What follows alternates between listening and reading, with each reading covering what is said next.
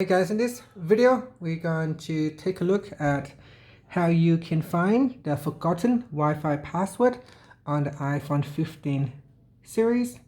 First, let's go back to the home screen by swiping up at the bottom of the screen. From the home screen, tap on Settings. Now in Settings, tap on Wi-Fi. Next, tap on the information button right next to the name of the Wi-Fi.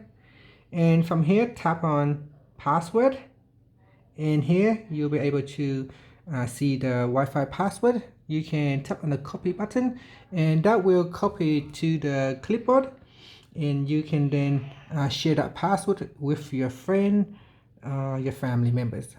And that's it. Finally, you can swipe up to go back to the home screen. Thank you for watching this video. Please like and subscribe to my channel for more videos.